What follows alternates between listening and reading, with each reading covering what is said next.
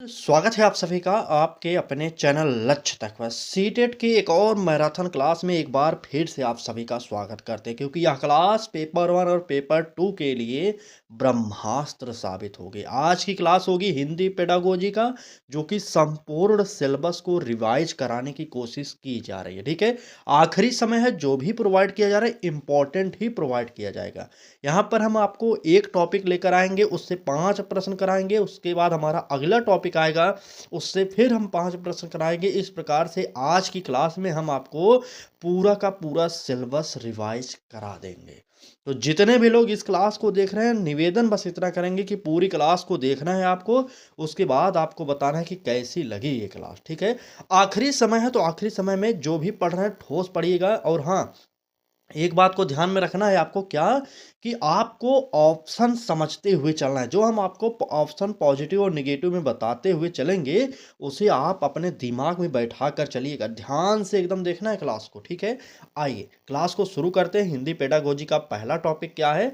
भाषा एवं भाषा अर्जन। इससे हम 5 प्रश्न देखेंगे और ये रहा हमारा पहला प्रश्न। ठीक है, तो तैयार रहिए। हम आपको सभी विषयों की प्रैक्टिस करा रहे थे, आपको पता होगा। अब हम आपको मैराथन क्लासेज प्रोवाइड करेंगे, एसएसटी की भी। तैयार हो जाइए एसएसटी वालों, आपके लिए मैराथन क्लास बहुत जल्द आने वाली है। ठीक है, हमारा पहला प्रश्न कह रहा है कि भाषा अर्जन की प्रक्रिया को स्वाभाविक इसलिए कहा जाता है क्योंकि ए ऑप्शन, यह पाठ्य पुस्तक पर आधारित होती है। बी ऑप्शन, यह नियमों से नियंत्रित होती है। सी ऑप्शन, यह बिना औपचारिक शिक्षण के होती है। और डी ऑप्शन, यह केवल विद्यालय में होती है। चलिए पहले प्रश्न का उत्तर देना स्टार्ट कर दीजिए। ठीक है, देखिए बात भाषा अर्जन की प्रक्रिया को स्वाभाविक के लिए कह रहा है। ठीक है, ये ऑप्शन कह रहा है कि पाठ्य पुस्तक पर आधारित होती है। बिल्कुल नहीं, भाषा अर्जन की जो प्रक्रिया होती है वह पाठ्य पुस्तक पर आधारित नहीं होनी चाहिए। यह नियमों से नियंत्रित होगी। बिल्कुल नहीं, नियंत्रित नहीं होनी चाहिए। यह बिना औपचारिक शिक्षण के होती है। यह केवल विद्यालय में होती है। तो विद्यालय में सिर्फ नहीं होगा, बल्कि यह बिना औपचारिक शिक्षण के भी हो सकती है। पहले प्रश्न का उत्तर नोट करिए, तीसरा ऑप्शन हमारा सही हो जाएगा। आइए आगे बढ़ते हैं और देखते हैं अगला प्रश्न क्या कह रहा है। कहा जा रहा है कि बच्चे द्वारा गलत वाक्य बनाना यह दर्शाता है कि बच्चा क्या होगा? असफल होगा, बच्चा भाषा नहीं जानता, या बच्चा भाषा के नियम सीख रहा है, या शिक्षक ने ठीक नहीं पढ़ाया है। कमेंट बॉक्स में इसका उत्तर बता दीजिए कौन सा सही होने वाला है।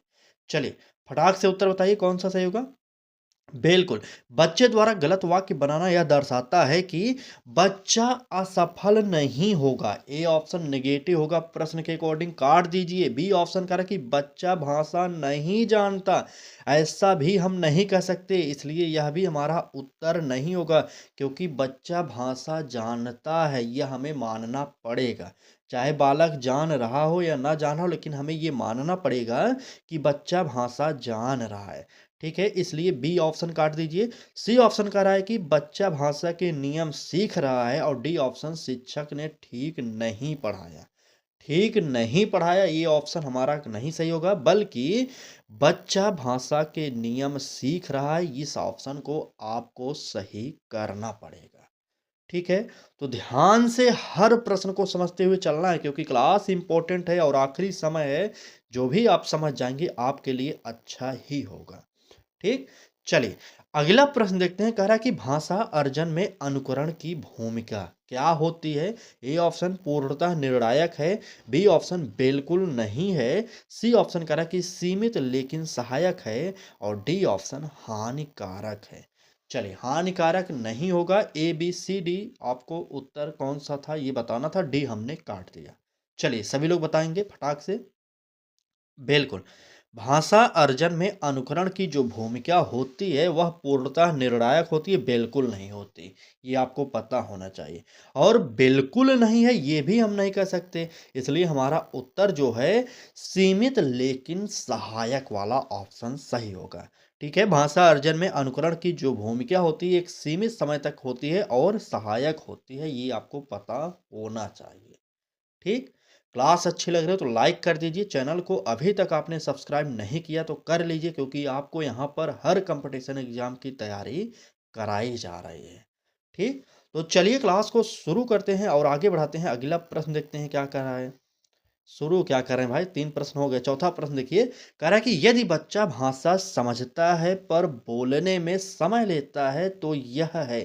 प्रश्न समझिए ध्यान से, बच्चा भाषा तो समझ रहा है लेकिन बोलने में बहुत ज़्यादा समय ले रहा है, तो इसका कारण क्या हो सकता है? ए ऑप्शन भाषिक दोष है, बी ऑप्शन मौन काल है, सी ऑप्शन सीखने की अक्षमता है और डी ऑप्शन संज्ञानात्मक बाधा है। चलिए फटाक से बताइए कौन सा उत्तर यहाँ पर हमारा सही होने वाला है। चलिए देखिए, यदि बच्चा भाषा समझता तो है लेकिन बोलने में समय ले रहा तो वह भाषिक दोष आप नहीं कहेंगे, इसलिए ए ऑप्शन काट दीजिए। बी ऑप्शन मौन काल, ये बिल्कुल सही हो सकता है, तभी तो बालक समय ले रहा है बोलने में। सी ऑप्शन देखिए सीखने की अक्षमता, तो बिल्कुल नहीं, सीखने की अक्षमता यहाँ पर नहीं होगा, इसलिए सी ऑप्शन को भी काटना पड़ेगा। डी ऑप्शन संज्ञानात्मक बाधा, बिल्कुल नहीं, उत्तर जो होगा मौन काल यानी कि बी वाला ऑप्शन हमारा सही हो जाएगा। नोट कर लीजिए और आगे बढ़िए। अगला प्रश्न देखते हैं क्या कह रहा है। चलिए, कहा जा रहा है कि भाषा अर्जन और भाषा सीखने में मुख्य अंतर है। किस चीज का अंतर है? माध्यम का, स्वाभाविकता का, या शब्द संख्या का, या मूल्यांकन का। तो शब्द संख्या यहाँ पर औचित्य नहीं होगा।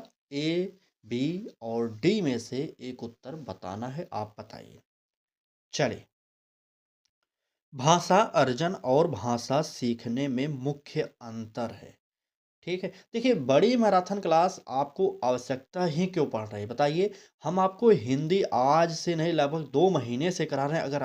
अगर आप चाहते हैं कि बड़ी मैराथन क्लास प्रोवाइड की जाए तो थोड़ा सा आप सोचिए। अगर हम आपको 2 से 3 घंटे की मैराथन क्लास प्रोवाइड कर देंगे तो कमेंट करके बताइए कितने लोग ऐसे हैं जो पूरी क्लास को देखेंगे। ठीक, एक बार बताइए, तब हम सोचते हैं बड़ी मैराथन लाने के लिए। चलिए, फिलहाल इस प्रश्न के उत्तर की बात किया जाए तो यहाँ पर उत्तर जो होगा स्वाभाविकता का होगा, यानी कि बी वाला ऑप्शन सही हो जाएगा। नोट करिएगा, इस प्रश्न का उत्तर बी ऑप्शन सही होगा।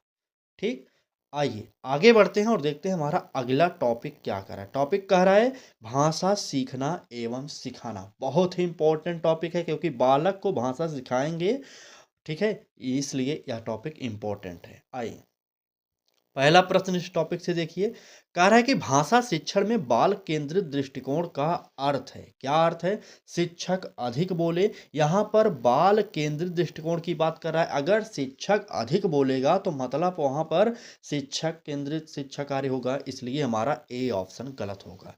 बी ऑप्शन कह रहा है कि पाठ्य पुस्तक का पालन, बिल्कुल नहीं, पाठ्य पुस्तक का पालन इतना इंपॉर्टेंट नहीं है क्योंकि बाल केंद्रित शिक्षा की बात हो रही है। ठीक है, सी ऑप्शन बच्चे की सक्रिय भागीदारी, कुछ और नहीं पढ़ना क्योंकि बालक ही अगर सक्रिय रहेगा तभी हमारा बाल केंद्रित दृष्टिकोण सबसे बेस्ट होगा, इतना आपको पता होना चाहिए। ठीक है, तो यहाँ पर इस प्रश्न का उत्तर जो होगा सी वाला ऑप्शन सही हो जाएगा। चलिए बात करेंगे अगले प्रश्न की। कक्षा में मातृभाषा का प्रयोग क्या करता है? भ्रम पैदा करता है, बिल्कुल नहीं, भ्रम नहीं पैदा करना चाहिए क्योंकि बालक की जो मातृभाषा है वह उसकी संचयी पूंजी होती है और मातृभाषा बालक की जो है उससे बालक नए ज्ञान को भी सीख सकता है आसानी से। ठीक है, इसलिए ए ऑप्शन तुरंत काटना पड़ेगा। बी ऑप्शन कह रहा है कि भाषा सीखने में बाधक है। अभी जस्ट मैंने बताया कि स्वाभाविक प्रक्रिया लाता है, मातृभाषा उसकी संचयी पूंजी है, तो किस प्रकार से हम कहेंगे कि बाधा होता है? बिल्कुल नहीं होगा बाधा, बी ऑप्शन काट दीजिए। सी ऑप्शन नई भाषा सीखने में सहायक है और डी ऑप्शन अनुशासनहीनता बढ़ाता है। अनुशासनहीनता किसी भी प्रकार से आपको सही नहीं करना, इसलिए डी ऑप्शन काटिए। यहाँ पर उत्तर जो होगा मातृभाषा जो है नई भाषा सीखने में सहायक होती है। नोट करिएगा क्योंकि हर प्रश्न इंपॉर्टेंट है, समझते हुए चलना है। अगर क्लास अच्छी लग जाए तो लाइक कर देना है। ठीक, चलिए अब आपको इस प्रकार से उत्तर निकालना आना चाहिए क्योंकि परीक्षा की आखिरी घड़ी आ चुकी है, आपके सामने पता है, तो इसलिए हम आपको प्रश्न पढ़ते हुए उत्तर काटते हुए दिखा रहे हैं। ठीक है, किस प्रकार से आप ऐसा कर सकते हैं आप देखिए खुद। ठीक, प्रश्न देखिए, कह रहा है कि भाषा शिक्षण में संवाद का सबसे बड़ा लाभ है। क्या लाभ होगा? समय की बचत होगा, रटंत ज्ञान होगा, संप्रेषण क्षमता का विकास होगा, परीक्षा तैयारी होगी। कौन सा होने वाला है उत्तर? कमेंट बॉक्स में फटाक से बता दीजिए। चलिए, भाषा शिक्षण में संवाद का सबसे बड़ा लाभ है। क्या लाभ होगा? देखिए, समय की बचत, कहीं पर भी किसी भी प्रश्न में अगर ऑप्शन मिल जाए तो तुरंत काटिएगा क्योंकि ये सही नहीं होगा। ठीक है? और बी ऑप्शन करा कि रटंत ज्ञान बिल्कुल नहीं होगा, परीक्षा की तैयारी की बात डी ऑप्शन करा, इसलिए परीक्षा की तैयारी को भी हम काट देंगे। बात प्रश्न में कह रहा था कि भाषा शिक्षण में संवाद का सबसे बड़ा लाभ कौन सा होगा? तो संप्रेषण क्षमता का विकास, ये सबसे बड़ा हमारा लाभ होने वाला है। ठीक? इसलिए इस प्रश्न का उत्तर आप लोग सी ऑप्शन सही करिए। चलिए, अगला प्रश्न देखिए, शिक्षक का लगातार सुधार करना क्या हो सकता है? आवश्यक है, आत्मविश्वास बढ़ाता है, बोलने में बाधा बन सकता है या भाषा शुद्ध करता है? कौन सा उत्तर इस प्रश्न का सही होगा? एक बार फटाक से कमेंट कर दीजिए। चलिए, शिक्षक का लगातार सुधार करना क्या हो सकता है? आवश्यक है, बिल्कुल नहीं। अगर आप लगातार सुधार करेंगे तो बालक थोड़ा सा संकोच कर लेगा, वह अपने आप को थोड़ा सा सीखने में हो सकता है वह पीछे भी हो सकता है, इसलिए आप लगातार सुधार नहीं करेंगे। आत्मविश्वास बढ़ाता है, बिल्कुल नहीं। मैंने अभी जस्ट बताया कि आत्मविश्वास बढ़ाएगा नहीं, बल्कि आत्मविश्वास गिर जाएगा बालक का, कि हमारे अंदर ही कुछ कमी है जो टीचर हमें ऐसे बार बार करते हैं, इसलिए हमें बी ऑप्शन को भी काटना पड़ेगा। सी ऑप्शन कह रहा है कि बोलने में बाधा बन सकता है, और डी ऑप्शन भाषा शुद्ध करता है। भाषा शुद्ध नहीं करेगा, बल्कि बोलने में बाधा बन सकता है। नोट करिएगा क्योंकि प्रश्न इंपॉर्टेंट है। इससे पहले हमने आपको इस प्रकार की कई क्लासेस प्रोवाइड कर दी हिंदी की। अब आपको पूरा का पूरा सिलेबस समझ में आ गया होगा, तो उम्मीद करते हैं इस बार आप लोग अच्छा स्कोर करके ही आएंगे। ठीक? और परीक्षा वाले दिन, परीक्षा के जस्ट बाद हम आपको आंसर की भी प्रोवाइड करेंगे, तो जुड़ना ना भूलें। जैसे ही पेपर समाप्त होगा हम आपको आंसर की भी प्रोवाइड कर देंगे, टेंशन मत लीजिए। ठीक? तब तक अभी परीक्षा में समय है, आप लोग तैयारी करिए। भाषा कक्षा में खेलों का उद्देश्य। अगला प्रश्न भाषा खेलों से संबंधित है। ए ऑप्शन कह रहा है कि मनोरंजन। हमने आपसे बताया था कोई भी ऐसा खेल, कोई भी ऐसा गतिविधि नहीं कराया जाएगा क्लास के दौरान जिससे सिर्फ बालक मनोरंजन प्राप्त करे। यहाँ पर सिर्फ मनोरंजन की बात करा, इसलिए नहीं सही होगा। बी ऑप्शन करा कि समय पास, बिल्कुल नहीं होगा, क्योंकि यहाँ पर समय पास करना, समय व्यर्थ करना, समय व्यतीत करना, इस प्रकार के अगर आपको ऑप्शन मिल जाए तो ऑप्शन काट दीजिएगा। सी ऑप्शन कह रहा है कि सहज अधिगम, बी ऑप्शन और डी ऑप्शन अनुशासन। अनुशासन नहीं होगा, बल्कि सहज अधिगम हो जाएगा। ठीक? भाषा कक्षा में खेलों का जो उद्देश्य होता है वह होगा सहज अधिगम का। ठीक है? बिल्कुल, सहज अधिगम यहाँ पर हमारा उत्तर सही होगा। ये रहा हमारा दूसरा टॉपिक। अगला टॉपिक स्टार्ट करेंगे यहाँ से। टॉपिक है चार भाषा कौशल। यहाँ पर हमने चार इसलिए लिख दिया क्योंकि आपको पता होना चाहिए कि भाषा कौशल कौन कौन से होते हैं। चार भाषा कौशल होते हैं: सुनना, बोलना, पढ़ना, लिखना। ये भाषा कौशल होते हैं। ठीक है? आइए इससे प्रश्न देखते हैं क्या कह रहा है। पहला प्रश्न देखिए, कह रहा है कि भाषा का पहला विकसित होने वाला कौशल कौन सा है? अभी जस्ट मैंने बताया, क्या बताया कि सुनना, बोलना, पढ़ना, लिखना, ये क्रम है। तो सुनना सबसे पहले आएगा। ठीक है? सुनना हो जाएगा, फिर बोलना हो जाएगा, फिर नोट करिएगा, फिर पढ़ना हो जाएगा, फिर लिखना होगा, लास्ट में लिखना होगा। ये है भाषा का क्रम: सुनना, बोलना, पढ़ना, लिखना। यहाँ पर पहले क्रम की बात हो रही तो यहाँ पर श्रवण हो जाएगा। श्रवण माने क्या होता है? सुनना हो जाएगा। ठीक? चलिए, अगला प्रश्न देखिए, मौन पठन का मुख्य उद्देश्य है। क्या उद्देश्य है? शुद्ध उच्चारण, गति बढ़ाना, अर्थ ग्रहण, वर्तनी सुधार। कौन सा उत्तर सही होगा? एक बार बताइए कमेंट बॉक्स में। चलिए, फटाक से बताएंगे सभी लोग। चलिए, मौन पठन का मुख्य उद्देश्य है। क्या उद्देश्य होने वाला है? एक बार फटाक से कमेंट बॉक्स में बता दीजिए। चलिए, चलिए, बिल्कुल, मौन पठन का मुख्य उद्देश्य देखिए, उच्चारण सुधार बिल्कुल नहीं। अगर बालक मौन पठन ही कर रहा है तो वहाँ पर उच्चारण सुधार हो रहा है कि नहीं हो रहा, कैसे पता चलेगा? इसलिए ए ऑप्शन सही नहीं होगा। गति बढ़ाने की बात करा, यहाँ पर मौन पठन से गति बढ़ाने की कोई बात ही नहीं हो सकता। वर्तनी सुधार बिल्कुल नहीं, बल्कि यहाँ पर अर्थ ग्रहण का उद्देश्य हो सकता है, क्योंकि बालक मौन पठन कर रहा है तो यहाँ पर वह अर्थ ग्रहण करने की कोशिश कर रहा है। इतना आपको पता होना चाहिए। ठीक? चलें आगे? बिल्कुल, चलिए आगे बढ़ते हैं। कितने लोग क्लास को लाइक कर दिए एक बार कमेंट बॉक्स में बता दीजिए। चलिए, लाइक करने वाले लाइक किए हो तो शेयर भी करेंगे। चलिए शेयर करिए अपने मित्रों तक क्लास को, क्योंकि इंपॉर्टेंट क्लास और आखिरी समय का ब्रह्मास्त्र है यह आपके लिए। ठीक।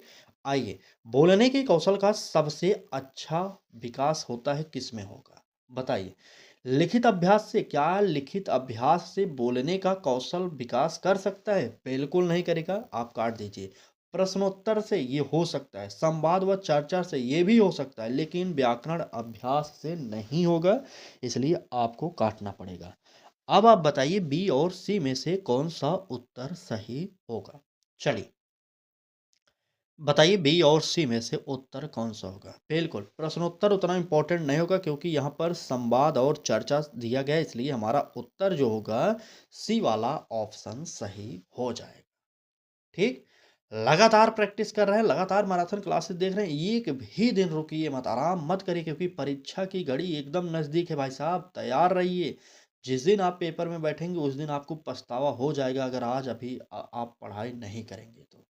देख रहे हैं हमारी क्लासें लगातार हो रही हैं, सुबह भी शाम को भी, बहुत जल्द दोपहर वाली भी क्लास लगा देंगे, क्योंकि समय एकदम कम रह गया है। ठीक है, तो तैयारी करते रहिए। ठीक है, चलिए फिलहाल क्लास को आगे बढ़ाते हैं, देखते हैं अगला प्रश्न क्या कर रहा है। सिर्फ पॉइंट टू पॉइंट बात करेंगे, क्योंकि प्रश्न वही इंपॉर्टेंट है जहां पर पॉइंट टू पॉइंट बात किया जाए। ये ऐसा नहीं कि प्रश्न एक पढ़ा रहे हैं 2 घंटे लेक्चर उसी पे मारते हैं, ऐसा बिल्कुल नहीं होना चाहिए। ठीक है, चलिए बात प्रश्न की करेंगे। लेखन में पहले किस पर ध्यान देना चाहिए? बालक जब लेखन की प्रक्रिया सीख रहा होगा, तब हम किस पर सबसे पहले ध्यान देंगे? व्याकरण पर, वर्तनी पर, भाव एवं विचार पर, या विराम चिन्ह पर? बताइए कौन सा उत्तर होगा हमारे 14वें प्रश्न का। चलिए, लेखन में पहले किस पर ध्यान देना चाहिए? क्या व्याकरण पर ही ध्यान देना चाहिए पहले? बिल्कुल नहीं, बालक तो छोटा है, व्याकरण किस प्रकार पर होगा? बिल्कुल नहीं। वर्तनी पर? बालक छोटा है तो गलतियां करेगा ही, इसलिए हमें वर्तनी पर उतना ध्यान नहीं देना पड़ेगा। विराम चिन्ह बिल्कुल नहीं जानेगा बालक। यहाँ पर भाव व विचार सबसे पहले ध्यान देना चाहिए। बालक के अंदर क्या भाव है, क्या उसका विचार है, वह क्या लिख रहा है, ये सब हमें देखना पड़ेगा वहां पर। ठीक। बिल्कुल। अगर सीटेट के अकॉर्डिंग देखा जाए तो सी ऑप्शन सही हो जाएगा, लेकिन अगर टीचरों के अकॉर्डिंग देखा जाए तो वर्तनी ही मारेंगे, बी ऑप्शन सभी लोग मार रहे होंगे, मुझे पता है। लेकिन यहाँ पर बी ऑप्शन ना होकर के भाव और विचार होगा, सी वाला ऑप्शन हो जाएगा। ठीक। आइए, सक्रिय श्रवण का संकेत है। सक्रिय श्रवण, सक्रिय श्रवण का अर्थ समझ रहे हैं? श्रवण का अर्थ होता है सुनना। ए ऑप्शन क्या कर रहा है? चुप रहना। और बी ऑप्शन कर रहा है कि सिर हिलाना। सी ऑप्शन उचित प्रतिक्रिया देना। और डी ऑप्शन लिखना। लिखना नहीं होगा, बताइए ए बी सी उत्तर कौन सा हो जाएगा। चलिए प्रश्न संख्या 15, बताइए। इस टॉपिक का आखिरी प्रश्न है, इसके बाद अगला टॉपिक स्टार्ट हो जाएगा। बताइए इसका उत्तर क्या होने वाला है। चलिए फटाक से बताइए, सक्रिय श्रवण का संकेत क्या होगा? चुप रहना? बिल्कुल नहीं। सिर हिलाना? बिल्कुल नहीं, बल्कि उचित प्रतिक्रिया देना, ये वाला ऑप्शन हमारा सबसे बेस्ट हो जाएगा। नोट करिए, सी ऑप्शन सही हो जाएगा। आगे बढ़ते हैं और अगला प्रश्न देखते हैं यहाँ पर टॉपिक। चलिए एक प्रश्न और आगे इस टॉपिक से, चलिए देख लेते हैं इसको भी। कह रहा है कि चारों भाषा कौशल क्या हो सकते हैं? ए ऑप्शन कह रहा है कि अलग अलग सिखाए जाने चाहिए। बी ऑप्शन स्वतंत्र होते हैं। सी ऑप्शन परस्पर जुड़े होते हैं। और डी ऑप्शन केवल परीक्षा हेतु, परीक्षा हेतु नहीं होंगे। चलिए बताइए इस प्रश्न का उत्तर क्या होगा। चारों भाषा कौशल लैंग्वेज की बात कर रहा है, जो चारों लैंग्वेज है, 4 लैंग्वेज की बात कर रहा है। बताइए अलग अलग सिखाए जाने चाहिए। भाई साहब, भाषा कौशलों को परस्पर जुड़े होना चाहिए, परस्पर संबंधित सिखाना चाहिए। ऐसा नहीं है कि आपको अलग अलग सिखाए, बिल्कुल नहीं, यह काटना पड़ेगा। अगर आप अलग अलग सिखाएंगे तो बालक सीखने में कठिनाई महसूस करेगा, इसलिए ए ऑप्शन सही नहीं होगा। बी ऑप्शन कह रहा है कि स्वतंत्र होते हैं, बिल्कुल नहीं, मैंने अभी जस्ट बताया कि परस्पर जुड़े होते हैं, इसलिए हमारा स्वतंत्र वाला ऑप्शन गलत होगा। उत्तर जो होगा परस्पर जुड़े होते हैं। चारों भाषा कौशल कौन कौन से हैं? सुनना, बोलना, पढ़ना, लिखना। ये क्रम आपको पता होना चाहिए, सही क्रम मैं बता रहा हूँ। सुनना, बोलना, पढ़ना, लिखना। ठीक है, तो ये आपस में जुड़े होने चाहिए, तभी बालक को आप आसानी से सिखा सकते हैं। ठीक। चलिए अगला टॉपिक देखते हैं। टॉपिक करा है व्याकरण एवं शब्दावली। यहाँ से हम 3 प्रश्न कराएंगे आपको, ठीक है। चलिए, प्रश्न में कहा जा रहा है कि व्याकरण शिक्षण का सही तरीका है। नियम रटवाना होगा, परिभाषाएं लिखवाना होगा, संदर्भ में प्रयोग होगा, कठिन अभ्यास होगा। चलिए बता दीजिए उत्तर कौन सा सही होगा। बिल्कुल, शिक्षण का सही तरीका। सही तरीके की बात किया जाए तो क्या नियम रटवाने से सही तरीका हो सकता है? बिल्कुल नहीं। परिभाषा लिखवाने से? बिल्कुल नहीं, क्योंकि ये दोनों ऑप्शन अगर आपको किसी भी प्रश्न में मिल जाएं, अगर उत्तर वहां पर पॉजिटिव में देना है तो तुरंत काट दीजिएगा, क्योंकि ये शब्द हमेशा नेगेटिव में प्रयोग होते हैं, ठीक है। सी ऑप्शन कह रहा है कि संदर्भ में प्रयोग। डी ऑप्शन कठिन अभ्यास। कठिन अभ्यास ना होकर के संदर्भ में प्रयोग। हर एक शब्द को समझते हुए चलना है आपको, क्योंकि प्रश्न तो सेम टू सेम पेपर में नहीं आएगा। ये आप लिख कर ले लीजिए। दो एक प्रश्न हो सकता है आ जाए, लेकिन अगर आप शब्द समझे रहेंगे तो यहाँ से आपको बहुत ज़्यादा फायदा हो जाएगा, ठीक। चलिए बात करेंगे प्रश्न की। कह रहा है कि शब्दावली का विकास सबसे अच्छा होता है। किसमें होगा? ए ऑप्शन क्या कह रहा है? शब्द याद करने से। बी ऑप्शन शब्द लिखने से। सी ऑप्शन शब्दों के प्रयोग से। और डी ऑप्शन शब्दकोश से। चलिए फटाक से बता दीजिए उत्तर कौन सा होने वाला है। चलिए चलिए, शब्दावली का विकास सबसे अच्छा होता है। कब होगा? शब्दकोश से? बिल्कुल नहीं होगा। याद करने से? बिल्कुल नहीं। लिखने से? बिल्कुल नहीं। यहाँ पर शब्दों के प्रयोग से, यानी कि सी वाला ऑप्शन हमारा सही होगा क्या?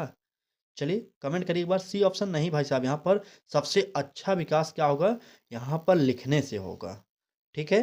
बिल्कुल, शब्दावली का विकास सबसे अच्छा होगा लिखने से। बिल्कुल, बी वाला ऑप्शन यहाँ पर सही हो जाएगा। सी ऑप्शन नहीं होगा भाई साहब, शब्दों के प्रयोग से नहीं होगा, क्योंकि किताब में जो हमें मिला था प्रश्न, ये मिला था बी वाला ऑप्शन सही। ये प्रश्न एनसीईआरटी को पढ़ कर के बनाए गए, नहीं तो एनसीईआरटी बेस्ड जो किताबें आ रही हैं उससे बनाए गए हैं, ठीक।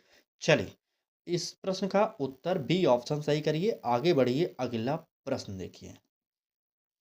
कहा जा रहा है कि बच्चों की भाषा में क्षेत्रीय प्रभाव क्या होता है? दोष है, कमजोरी है, भाषिक विविधता है, त्रुटि है।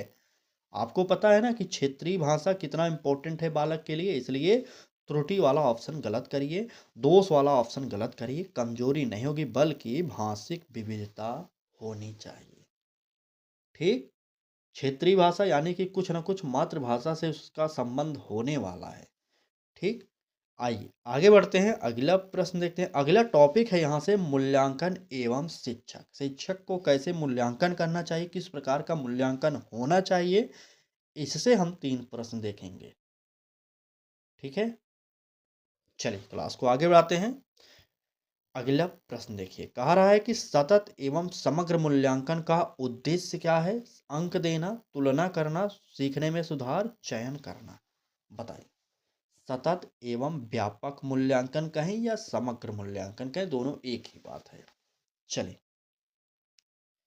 बताइए। अंक देना बिल्कुल नहीं होगा। आपको पता होगा कि नेगेटिव शब्द है। तुलना नहीं करेंगे बच्चों के बीच में, हमने आपको बार बार बताया, इसलिए इसे भी गलत करिए। चयन करना नहीं होगा, बल्कि यहाँ पर सीखने में सुधार करना ये सबसे बेस्ट ऑप्शन हो जाएगा, ठीक। चलें आगे। चलिए अगला प्रश्न देखिए, कह रहा है कि भाषा शिक्षक की सबसे उपयुक्त भूमिका होती है। हमने इस प्रश्न को पिछली मैराथन में शायद प्रोवाइड किया था, ठीक है। यहाँ पर मार्गदर्शक उत्तर नोट करिए, क्योंकि यह प्रश्न हमने बार बार करा दिया है। तो 2-3 शब्द हैं, याद करिए। पहला होगा मार्गदर्शक, दूसरा लिख लीजिए सुविधादाता, ठीक।